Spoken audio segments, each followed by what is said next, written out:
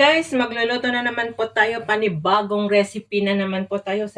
Susubukan ko po magluto ng Bicol Express na hindi masyado maanghang kasi hindi po ako aware sa maanghang dahil po sa ulcer ko. So yan guys, panoorin nyo ang aking paggawa ng Bicol Express na hindi naman spicy masyado. Pero hindi ko alam yung chili ko na inanda ko is maanghang. And guys, gigisa na natin yung bawang.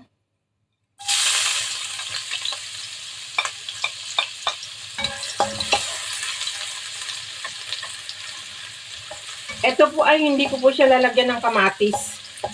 Yung bawang at saka sibuyas lang po ang ilalagay ko.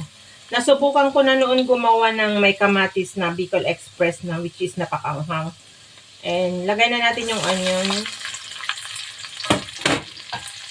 Ngayon nileles ko ang sili niya kasi bawal pa ako ng spices guys, yung maanghang. Pero nag-grave kasi ako.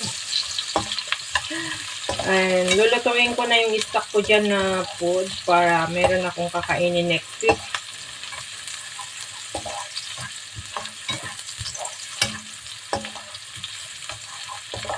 Okay. Linagyan ko ng konting ginger kanina, nagmix doon sa bawang. So ayan sorry guys kasi hindi po ako Bicolano o Bicolana. Gusto ko lang magluto para new content naman ang makikita nyo guys.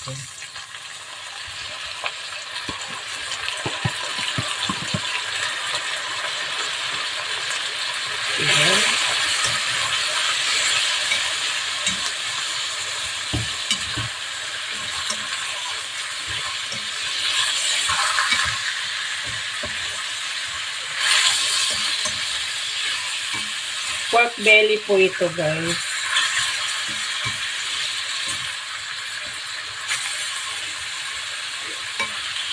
Lalagyan natin ng black pepper. Black pepper is light.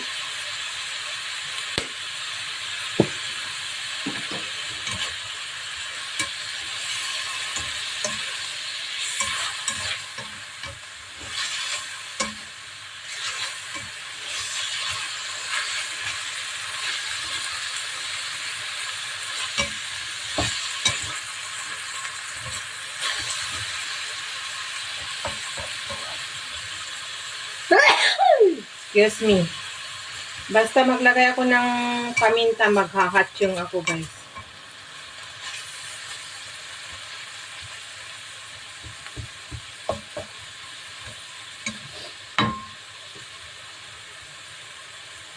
I can tell what a way you need, darling. Ito lang po ang yung way ko lang po na magluto ng Bicol Express ko ha. Hindi ako perfect na magluto ng Bicol Express kasi Ilocana ako. Pero yan kasi yung naisip ko para maiba naman yung content ko guys.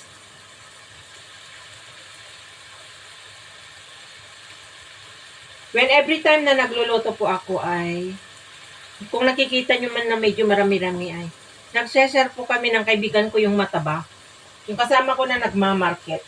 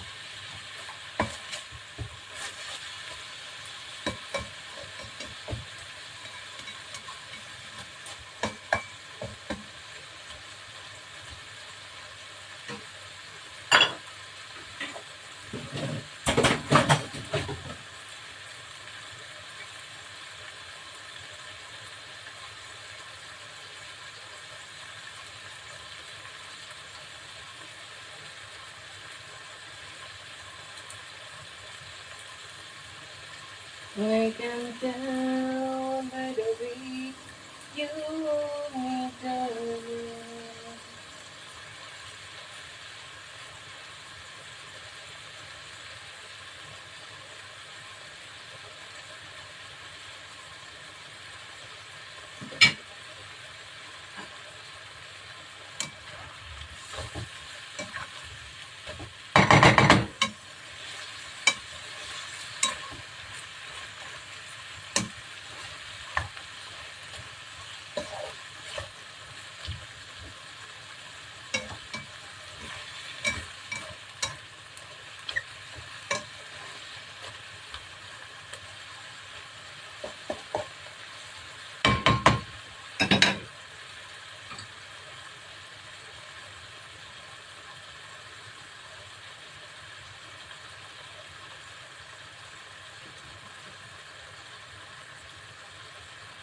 So it's crying time again.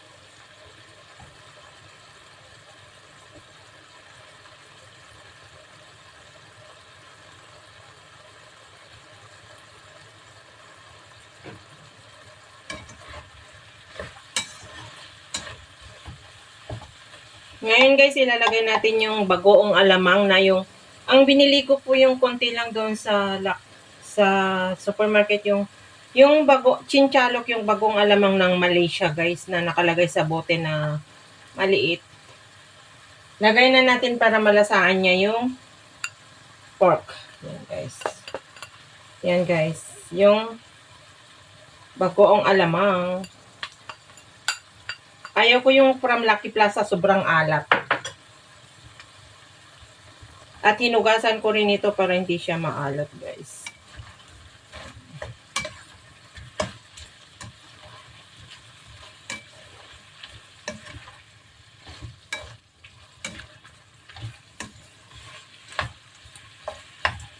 Bango, ang bango-bango, guys. Nung nailagay yung bagoong alamang, ay yung chinchalok ay bango. Sarap ng ulamin. So, pakiusap lang guys. Ito po yung way ko na magluto. And gaya na sabi ko, hindi po ako expert magluto ng Bicol Express. And hindi po, ayaw ko po ng super spicy. Kasi hindi po ako din. So ngayon guys, papalambutin natin dyan. Lalagyan natin ng yung first na lagay ng gata ng nyug para lumambot ng konti yung pork. Yun guys, lagay na natin yung first na paglagay natin ng coconut milk.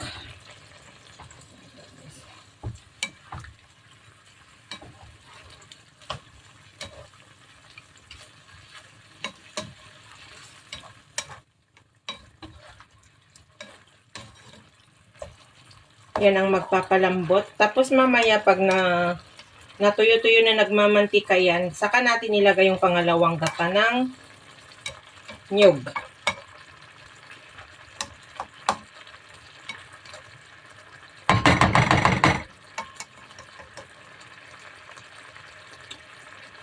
Ay, ang sarap yung sabaw na. Lagay ko lang yung half ng ng nor cubes para mas masarap ang lasa. Yung half, guys.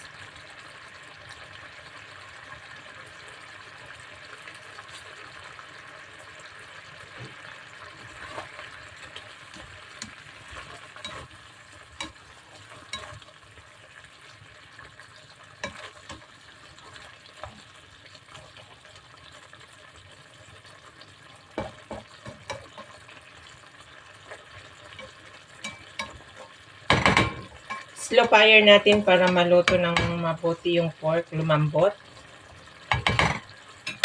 Yan, guys. So, see you later, guys. Check na natin, guys. So, ayan.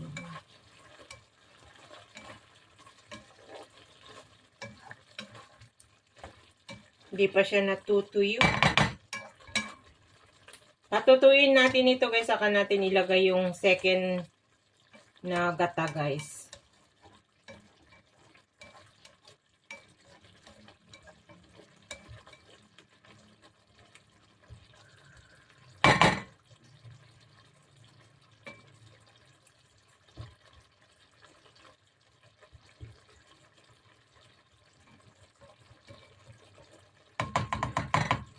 Medyo matagal pala lutuin ang Bicol Express.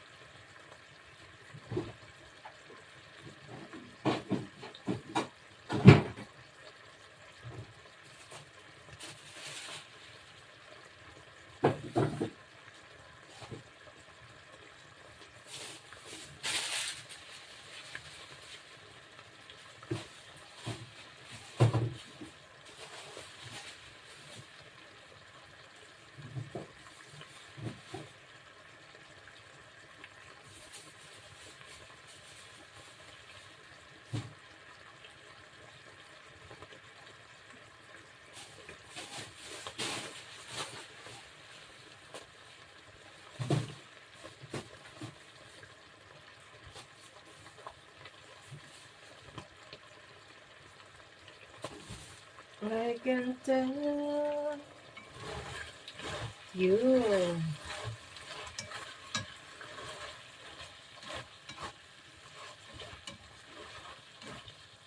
Nag-ano na guys dyan, nagtutuyo na, nagmamantika na. Malapit na natin ilagay yung second.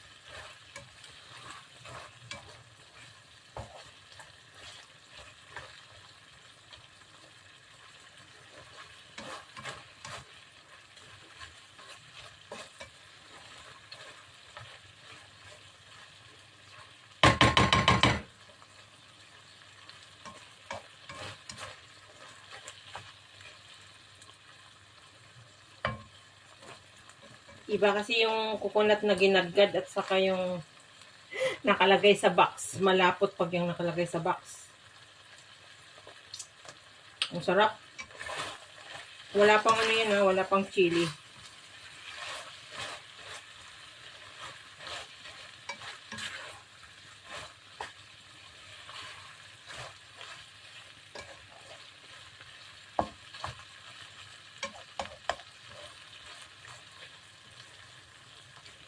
So, ayan guys, natuyo na siya. Lagay na natin yung pangalawang gata. Yan. Ito na yung papatuyuin natin hanggang magmantika mamaya guys.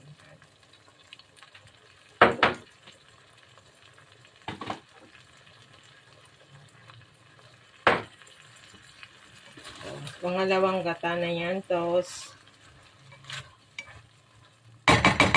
last na yan na gata. Hahayaan lang natin na lumambot dyan na matutuyo. At ilalagay na natin yung green chili guys. Which is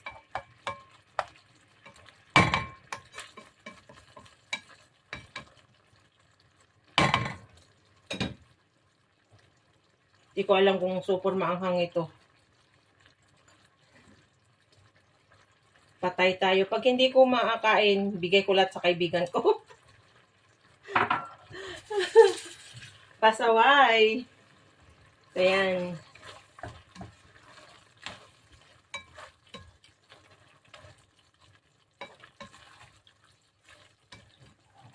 Medyo malapot yung gata niya kasi dinagdagan ko nga ng konting tubig kaya lang. Iba talaga kasi yung coconut date na nakalagay sa box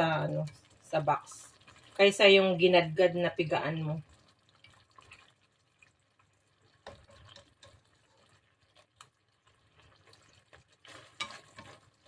Mamaya natin ilalagay yung red guys pag malapit na matuyo. So yan guys, palumbutin ulit natin dyan. See you later guys. So yan guys.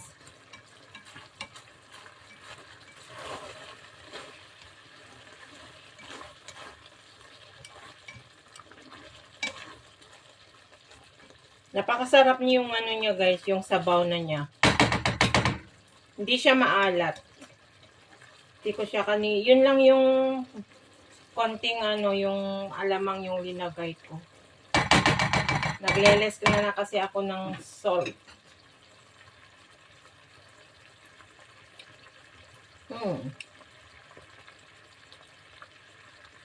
Medyo maanghang na. Pero hindi naman gaano kaanghangan. Kasi yung mga gumagawa ng Bicol Express din naman na yung mga talagang ano talaga ng mga maanghang. Ang dami nilang linalagay na chili padi. Chili. Tapos ako lang Chinese chili yung linagay ko na which maanghang rin yan guys.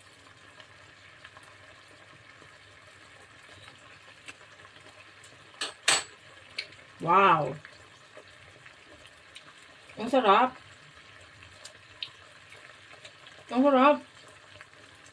Kahit maanghang, ang sarap. Masisira ang diet ko dito. Which is hindi naman ako nagda-diet guys. Ang sarap.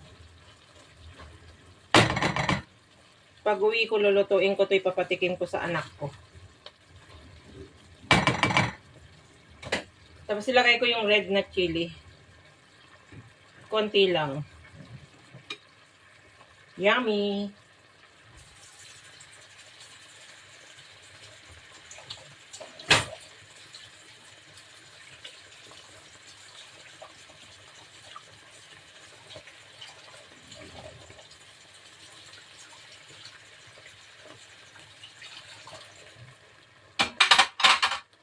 Ang sarap niya guys.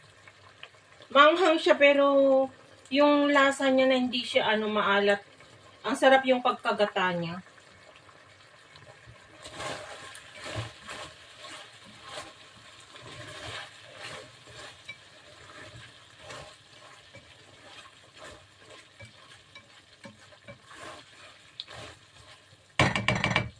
Hindi siya masyado maanghang.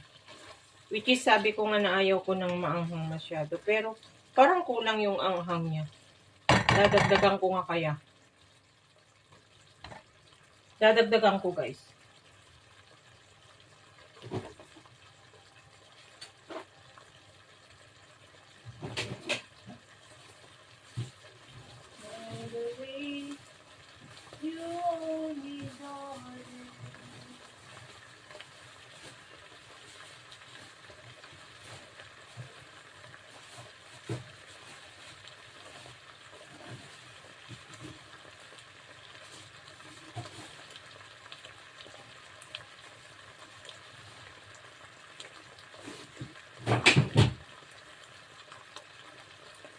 So it's crying time again.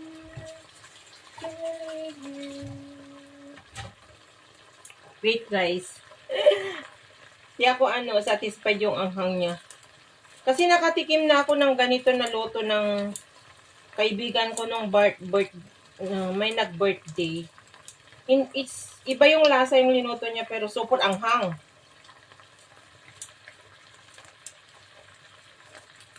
Mas masarap ito sa akin.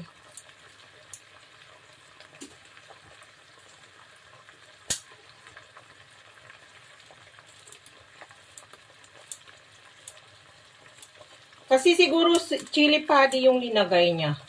Ako kasi Chinese chili na yung maanghang rin ito. Yan guys, so nagmamantika na siya.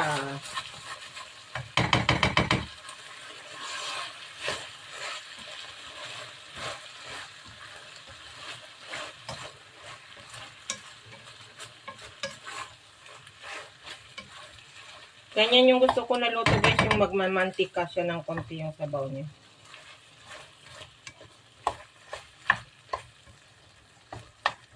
O, diba? Nagmamantika na siya guys.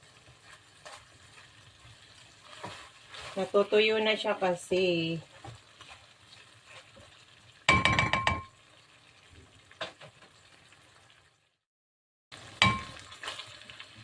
So, yan guys, nakuha ko yung gusto ko na Kasi nung nagluto ako noon guys, hindi ganito na hindi ko pinagmantika na tinuyo.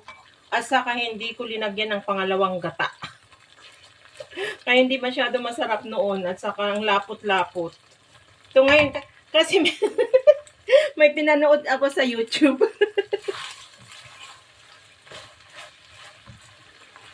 Wow, perfect. Ayan, nakuha ko guys, yung gusto ko na mangyari sa aking luto ngayon. Yan siya oh. Grabing sarap. Nagmamantika na siya.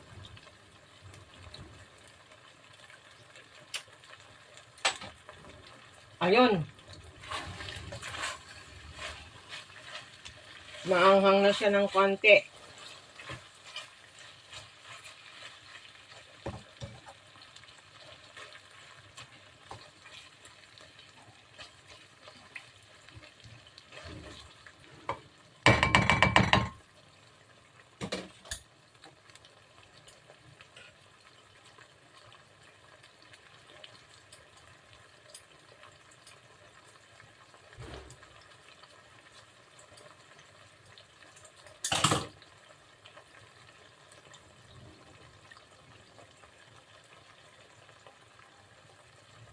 Yan guys. So, this is it. Luto na guys. Yan o, nagmamantika na. Ang aking Bicol Express. Yung green nandyan na sa naluto na.